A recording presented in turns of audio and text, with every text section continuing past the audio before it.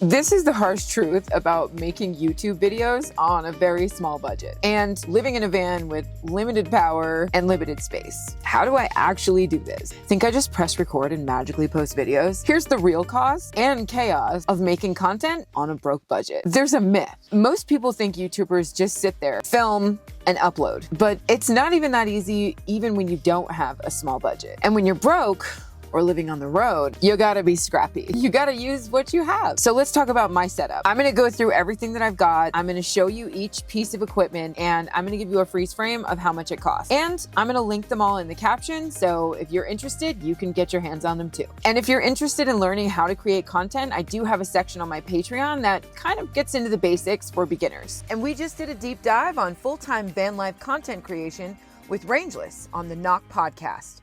What do I use? I use an iPhone, I have a microphone, I have a laptop, there's applications, I use Canva, I use CapCut, and I pay for both of those subscriptions. They're about $20 a month each. I have the camera, I have my tripod, my iPad, and I have Wi-Fi. I also have an entire solar setup, but we're not gonna get into that. That's another video. I also have a small power bank. It's a Gracell. I will link that in the caption. Yeah, there's a lot. There's so much more than you think there is, and it adds up fast. So why do I still do it? All this chaos, all this patched together gear, I do it because it lets me tell my story. It helps inspire others to do van life. It helps others to learn how to do it on a budget. It also allows me to talk about the real raw stories of what's really going on the road. It also lets me connect with people like you. It's beginning to take so much of my time that I wanted to share what it looks like and what I use for my gear. So next time you watch one of my videos, just remember this isn't just content, it's a grind. It's a lot of work. If you want to get into it, you absolutely can. If I can do this, you can too. But remember, it probably took me from a very basic starting point and not knowing a thing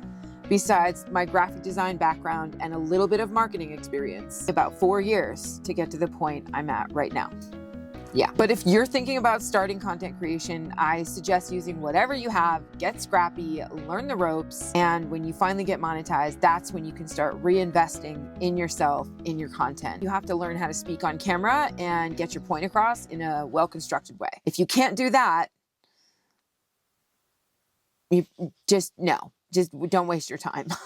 Look, people assume that YouTube is this like glamorous job that you just film yourself. You hit record, you upload the video, and then boom, you're rich and famous. But when you're broke and you live on the road, it's a whole nother ballgame. You have to worry about connection speed. You have to worry about paying for connection. You can't just go to the library all the time because you're set up at camp. Sometimes those remote locations, they're beautiful and they're peaceful and you can get a lot of work done, but you don't have the access that you need for data to upload things onto YouTube or TikTok or anything. I'm going to tell you the part that no one else tells you. When you don't have a production budget, every video is a jigsaw puzzle. Busted batteries, something might go wrong in the middle of production that you have to go replace, and that means you've got to drive an hour to an hour and a half into a city where you can find that piece of equipment, if they even have it. Then there's the editing software that I'm still using CapCut. I'm trying to learn other software right now. Sometimes it crashes out, sometimes it glitches, sometimes you have to quit and save and it doesn't save everything and you have to go back and redo everything you've just done for an hour. There's Wi-Fi buffering. Like where I am, I only have a few bars on my Wi-Fi puck. It would probably take me at least 18 hours to upload an 8 gig file. So I'm not going to do that. You're going to click retry export. It's going to fail. YouTube sometimes glitches. And sometimes you get the file up there and you're like, oh no, I made a mistake.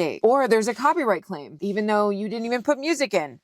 These things happen. There's tangled cords, there's old gear, there's cracked screens, which I have on my iPhone right now. You end up spending more time fixing problems than you actually do creating content. And because you have to use Wi-Fi and some kind of internet access for most of your work, I swear half the time I'm doing social media content, it's spent waiting. It's waiting for something to stabilize. It's waiting for something to upload, import, export. It's a constant battle of what am I going to do with my hands right now while I'm waiting for this? Because I'm impatient. I'm an Aries. I can't help it. Every little step is a hustle. I'm filming on an old iPhone. I'm editing on a 10-year-old laptop, and I'm uploading on unreliable networks constantly. Let's break down exactly what I use to create everything that you're seeing here. And let's keep in mind that sometimes this is where I'm working from. And remember, I've linked everything down below in the caption. I've got my desk. I decided to pick up this 2-foot by 4-foot piece of birch plywood. It's not very thick. It's like maybe half an inch. I put this handle in it. And I put this here so I can still get into this door because it does, it just fits under the mattress. And it rests at a spot where like the door can only, it would hit into it. So I cut this part out. And I also gave it a little rounded edge so I can get in and out of the seat because, I've got this cabinet / countertop here. And now that it's got a handle, it just scoots under the bed and I can pull it out as I need it. And I was going to build something like on drawers underneath, but I do have my guitar hanging right there underneath the bed. So I thought that might get in the way. So this just works. And then as a support, I just open this door over here and it sits on it and it doesn't put too much weight because I'm just going to be leaning on it and my laptop. That's really all I needed it for. Is so they had a designated desk. And the laptop just fits right over that, so it's not like gonna fall down or anything. I already checked for that. I'm pretty happy with it. Now I have a desk that has a handle that I can pull in and out. $20 later, I've got a desk. And sometimes I write a script on here so that I have it, so that when I'm recording voiceovers, I have my mic here and I can just read from the script. The mic also has like a ton of different parts. This cord is to keep this part plugged into the computer, and this cord is to keep that part, which is like the receiver for this mic, plugged in to my camera, which is up here. Then I need my Wi-Fi puck. I've got to have that on at all times. I've got to have my SanDisk card that comes in and out of my camera back and forth so that as I record things, I can pop it right into here and make sure I collected what I needed to film. Then I've got snacks. I've got 2 emotional support beverages. One is just liquid. One was a green smoothie, but I finished that. We've got carrots and dip because we have to keep that brain power flowing. We've got notes over here and things to cross off once we finish them. We've also got the phone in my hand, which is doing its own job. And we've got extra cords over here charging just so that my mic will always be ready to go when I need it. I've got my power cords, and of course I've got my tripod. And that is what it looks like. And my poor dog is sitting in the front seat because I told him he can't come in the back of the van because I've got all this stuff everywhere and he can't possibly make it onto the bed unless I move. And I'm too hyper-focused to move. Now let's talk about how I afforded all of these things, right? Food is expensive. This camera I bought about 4 years ago. This is a mirrorless camera. It's a Canon M50 Mark II, and this one was about $700 or $800 a few years ago, so I'm sure the price has gone down now. SD cards can be very expensive, like $40 to $70 depending on how big they are and how fast they are. This puck alone was about $120. I pay about $80 a month to get 100 gigs worth on that, and it doesn't work everywhere. It's not Starlink, so it only works where I get service, and I use AT&T, which is way better than Verizon. Another emotional support beverage.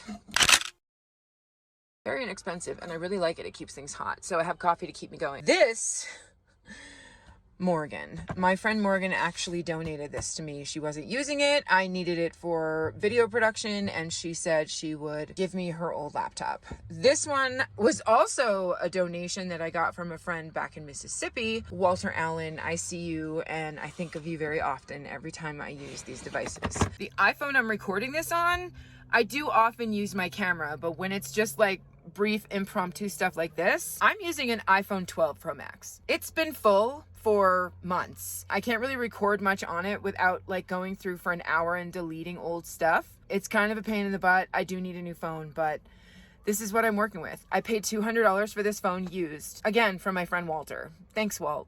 This mic setup, I hate this mic. It's really stupid. It's like magnetic, and this thing is really hard to work with. I don't like it at all.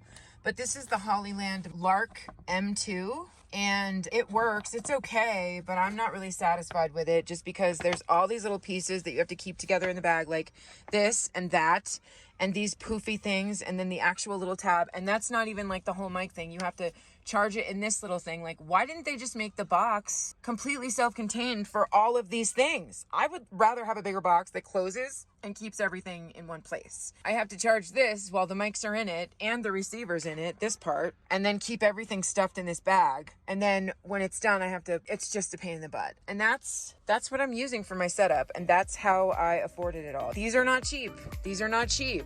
This is not cheap.